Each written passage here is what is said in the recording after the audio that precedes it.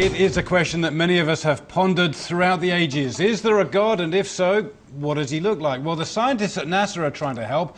Having released their so-called Eye of God image earlier this year, they've come up with the Hand of God, a snapshot taken by the Chandra X-ray Observatory, orbiting some 580 kilometres above the Earth. Astrophysicist Patrick Slane joins us on the line now from Cambridge, Massachusetts. Patrick, great to have you on the show. This is an incredible image. How on earth did you get it?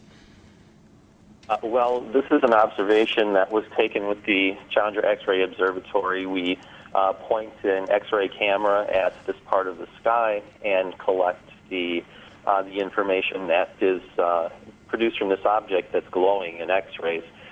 We take it with a camera that's similar to a camera in a cell phone, except that it's sensitive to X-rays, and then we choose the low-energy X-rays and color them red in this image, and the high-energy ones and color them blue, and that differentiates the upper portion from the lower portion, and otherwise it's a regular picture. Is it in any way a trick, or was it one of those freak moments? If we took the same picture again, would we get a different result? No, indeed, if we took the same picture again, we would get almost exactly the same thing. We do observe that in the centermost portion of this structure, there's actually variations in the brightness with time. Some of the structures are getting brighter and dimmer on timescales of months or so, but otherwise it would look just like this if we took the same image tomorrow. And describe to us the size of the image we're seeing. How big is the hand? So at the very, very center of the hand, there's a bright, compact source called a pulsar that is about 10 kilometers across, but the entire structure from the faint region at the lower left to the bright reddish region at the upper right is about 150 light years across. Now, this image really does have a certain amount of wow factor. It really does look like a hand. I can see why it's been labelled the Hand of God. You guys, by your very nature, are scientific. When you saw this image, did it make you guys think perhaps a bit differently about life and whether there is a God up there? To tell you the truth, when I first saw the image, it wasn't the hand structure that stuck out to me at all. It was some of the other more complex structure in the innermost regions. And so, no, I think that we really concentrated more on why is this structure lighting up that region up at the top. Why is there a dark region or dark regions in between those finger-like structures? I really concentrated more on how this thing could be made rather than what it might mean. Patrick Slane, well, thank you very much for joining us on the line and sharing your thoughts with us on that absolutely sensational image. الكف أو اليد التي تطلع من السماء علامة من علامات ظهور المهدي عليه السلام. من الكتب في السنة هذه روايات تثبت العلامة عن أسماء بنت عميس. علامة ذلك اليوم أي وقت ظهور المهدي يد تمتد من السماء والناس تدور لتراها. مهدي آخر الزمان لابن حسام الدين المتقي، الصفحة 69. وروايات أخرى لنفس المصدر في الصفحة 51. في ذلك الوقت أي وقت ظهور المهدي سترى يد تظهر نفسها من السماء. ورواية ثالثة من القول المختصر في علامات المهدي المنتظر لابن حجر المكي في الصفحة 35. ستدوم الخلافات والنزاعات حتى تظهر يد في السماء ويصيح صوت يقول إمامكم هو المهدي. فإشارة ذلك اليوم يد تمتد من السماء والناس ستنظر إليها وتراها.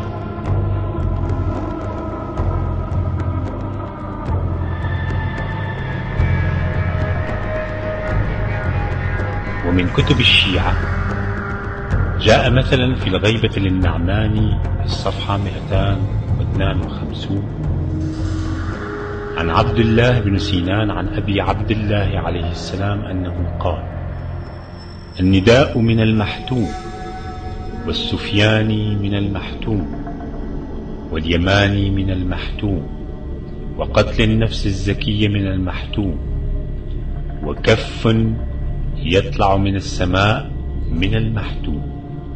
قال: وفزعة في شهر رمضان توقظ النائم وتفزع اليقظان وتخرج الفتاة من خدرها. جاء في كتاب مناقب العترة 250 علامة في الصفحة 130: قال رسول الله صلى الله عليه وآله: الويل الويل لأمتي من الشورى الكبرى والصغرى. فسئل عنهما فقال: أما الكبرى فتنعقد في بلدتي بعد وفاتي لغصب خلافة أخي وغصب حق ابنتي، وأما الشورى الصغرى فتنعقد في الغيبة الكبرى في الزوراء لتغيير سنتي وتبديل أحكامي. وجاء في كتاب الملاحم والفتن في الصفحة 134: قال الإمام علي بن أبي طالب عليه السلام: ويعود دار الملك إلى الزوراء وتصير الأمور شورى، من غلب على شيء فعله، فعند ذلك خروج السفياني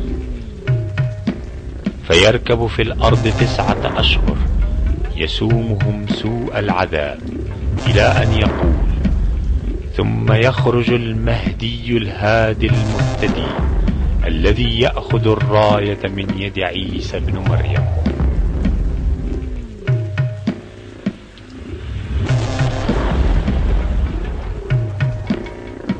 وفي بشارة الإسلام الصفحة 104: قال أمير المؤمنين عليه السلام: إذا صاح الناقوس إلى أن يقول: وعقدت الراية لعمالقة كردان قادة الأكراد وشيوخهم، فتوقعوا ظهور مكلم موسى على الطور.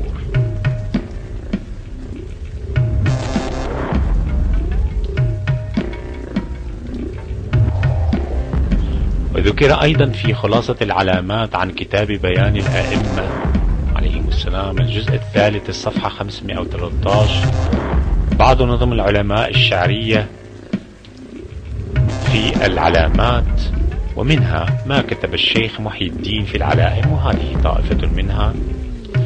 يقول: ولا تزال جيوش الترك سائرة حتى تحل بأرض القدس عن ساق، وتملك الكرد بغدادا وساحتها إلى خريسان من شرف لا عراق، وتأتي الصيحة العظمى فلا أحد ينجو ولا من حكمه باق.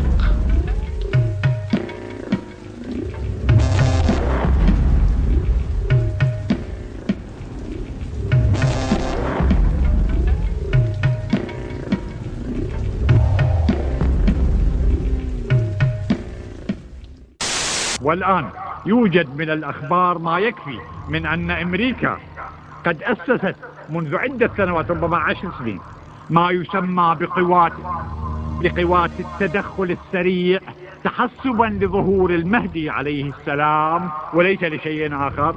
كما أنها افتعلت، لاحظوا، كما أنها افتعلت حرب الخليج لأجل أن تملأ الخليج بالبوارج الحربية تحسبا لظهور المهدي عليه السلام. We must build on the successes of Desert Storm to give new shape and momentum to this new world order. كما أنه من الأكيد أن له في البنتاغون ملفا كاملا وضخما عن أخباره التي تستطيع أمريكا جمعها، حتى قالوا أنه يفتقر فقط إلى الصورة الشخصية له، طبعا وهي مفقودة. The quest for the new world order is in part a challenge to keep the dangers of disorder at bay. ولا شك أيضا أنها تأخذه بنظر الاعتبار في كمبيوتراتها السياسية كأحد أهم المحتملات للتغيير الاجتماعي الممكن حصوله في الشرق المسلم. Only when this transformation is complete will we be able to take full measure of the opportunities presented by this new and involving world order. The New World Order really is a tool for addressing a new world of possibilities. This order gains its mission and shape not just from shared interests, but from shared ideals. طبعا مع التعتيم التام على كل هذه الأمور، وعلى أي حال فيكون من الحكمة الإلهية إخفاء موعد ظهور المهدي وبقاء الموعد غامضا مجهولا منوطا بإذن الله سبحانه وتعالى. الأمر الرابع الإشارة في التوقيع الشريف إلى أن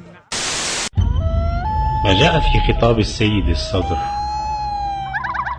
قبل قتله رحمة الله عليه هو إخبار أو لنقل تنبؤ بالمخطط الأمريكي لاحتلال العراق قبل سنوات من وقوعه. وقد كشف في خطابه بكل وضوح السبب الحقيقي الذي دفع أمريكا للقيام باجتياح واحتلال العراق فيما بعد.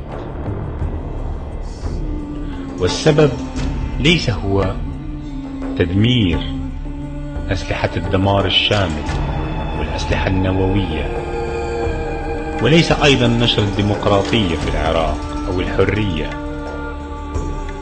كما يقول السياسيون، ولا أيضا بغرض النفط كما يدعي بعض خصوم أمريكا مثلا، بل بين بأنه تحسبا لظهور المهدي المنتظر عليه السلام.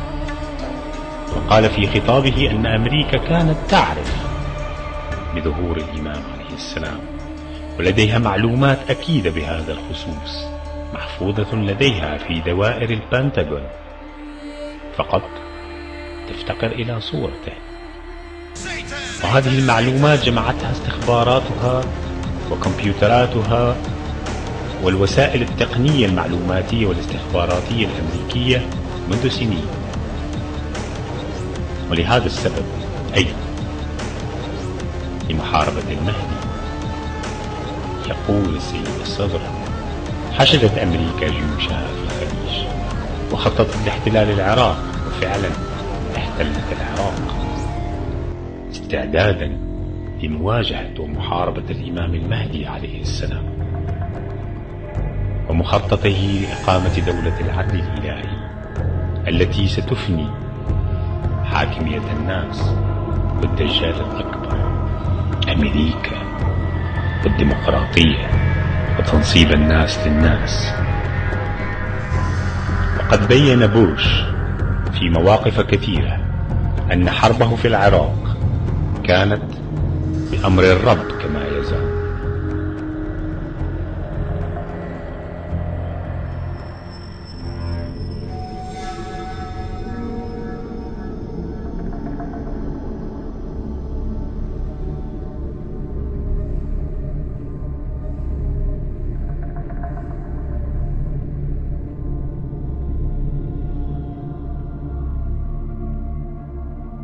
The rule or supremacy of Allah subhanahu wa ta'ala versus the rule or supremacy of the people has been the center of the war between good and evil ever since the days of Adam al-Islam and Allah's words to creation, letting them know He is the one who picks a ruler or caliph in the land.